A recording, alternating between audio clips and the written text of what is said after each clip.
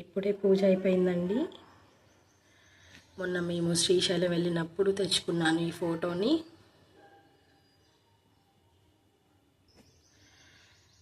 ఇది కస్తూరికాయ అండి. దీని పరిమళం చాలా బాగుంది. దీని స్మెల్ చాలా బాగా వస్తుంది. చూడండి, ఇది కస్తూరికాయ. నేనైతే చూడడం ఇది ఫస్ట్ టైము. దీన్ని మా అక్కయ్య గారు నాకు చెప్పారు. ఇది పూజ గదిలో ఉన్న బీరువాలో పెట్టుకున్న చాలా మంచిదంట. దీని వాసన మాత్రం చాలా బాగుంది. నేను పూజ గది డోర్ ఓపెన్ చేస్తుంటే స్మెల్ చాలా బాగా వస్తుంది.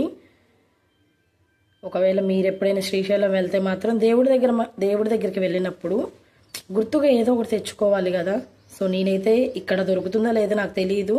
శ్రీశైలం వెళ్ళినప్పుడు సాక్షి గణపయ్య దగ్గర తెచ్చుకున్నాను దీన్ని. చూడండి,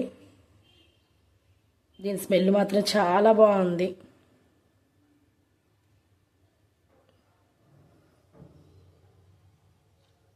ఇది కూడా తెచ్చుకున్నానండి. స్వామివారి కుంకుమ. ఇందులో ఒక కాయ ఉంది. ఇది ఏ కాయ అనేది నాకు గుర్తులేదండి. అక్క చెప్పారు కానీ నాకు గుర్తులేదు నేము. ఇది కూడా మనం పూజ చేసిన తర్వాత బీరువాలో పెట్టుకోవాలంట, చాలా మంచిదంట.